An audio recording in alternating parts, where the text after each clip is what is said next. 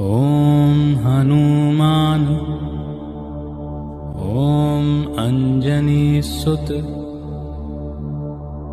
ॐ वायुपुत्र ॐ महाबल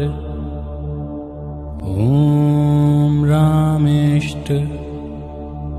ॐ फाल्गुनसखा ॐ पिङ्गाक्ष ॐ अमितविक्रम ॐ उदधिक्रमण